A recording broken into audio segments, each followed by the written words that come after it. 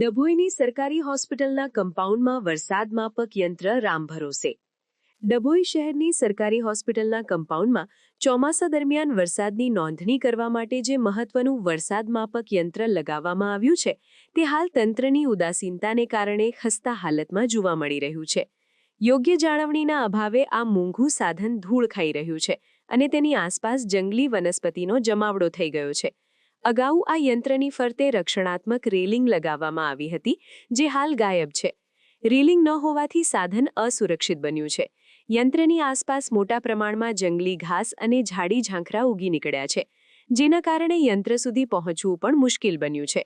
સરકારી તંત્રની બેદરકારીને કારણે આ ઉપયોગી યંત્ર ધીમે ધીમે બગડી રહ્યું છે.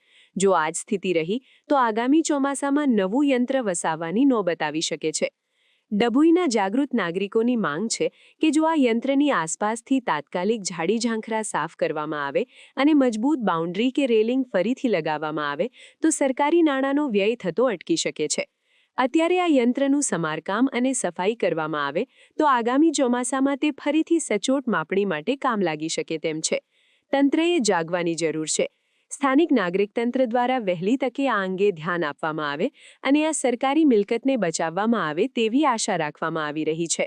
સમાચારની અવનવી અપડેટ જોતા રહો નિખરતા ગુજરાત ન્યૂઝ સાથે. નિખરતા ગુજરાત ન્યૂઝને લાઇક, શેર, સબસ્ક્રાઇબ કરો અને બેલ આઇકન દબાવીને સમાચારની ઝડપી માહિતી મેળવો.